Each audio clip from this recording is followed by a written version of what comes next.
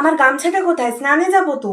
স্নান করার জন্য তো গামছা লাগে না, জল আর সাবান লাগে। গামছা তো লাগে গা মোছার জন্য। বুদ্ধি দেওয়ার জন্য অনেক ধন্যবাদ। এবার বলো গামছাটা কোথায়, তাড়াতাড়ি উত্তরটা দাও। একটা কথা বল, গামছা দেবো না উত্তর দেবো? গামছা দাও। তাহলে জবাব কে দেবে?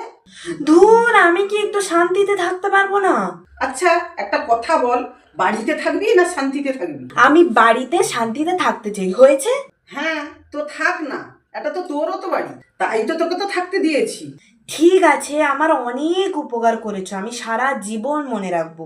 এবার আমার গামছাটা দাও, আমাকে তাড়াতাড়ি কাজে চলে যেতে হবে। এমন কথা বলিস না মা, তুই আমাকে ছেড়ে দূরে কোথায় চলে যাবি? আরে কলেজে মিটিং আছে, তাড়াতাড়ি গামছাটা দাও, আমি বাথরুমে যাব। কিন্তু বাথরুমে কিসের মিটিং? कैसा लगा मेरा मजाक? বাথরুমে মিটিং নয়, মিটিং কলেজে। তোমাকে অত মিটিং নিয়ে চিন্তা করতে হবে না, তুমি গামছাটা দাও। আমার মিটিং নিয়ে চিন্তা নেই, আমার তো দোকানে আলু কিনা নিয়ে চিন্তা। ঠিক আছে, আমি আসার সময় নিয়ে আসবো, এখন গামছাটা দাও দয়া করে। সেদ্ধ আলু আনবি না কাঁচা আলু আনবি? সেটা ফোনে বলে দিও। কিন্তু আলুকে কোন নাম্বারে ফোন করবো?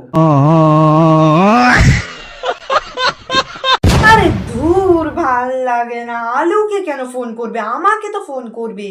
তুই তো আমার সামনে দাঁড়িয়ে আছিস, তাহলে তোকে কেন ফোন করবো? উফ, আমার মাথার কিন্তু ফিউজ উড়ে যাচ্ছে। ওই লোডশেডিং বা ধোঁয়া তো দেখতে পাচ্ছি না। আমার দম বেরিয়ে যাচ্ছে তোমাকে বোঝাতে বোঝাতে। আরে দম বেরিয়ে গেলে রাতে আলুর দম কি করে হবে? আরে দূর, আমি আর পারছি না, আমাকে কেউ ধরো। আরে এর আবার কি হলো, মাথা ঘুরে গেল নাকি? দেখি তো।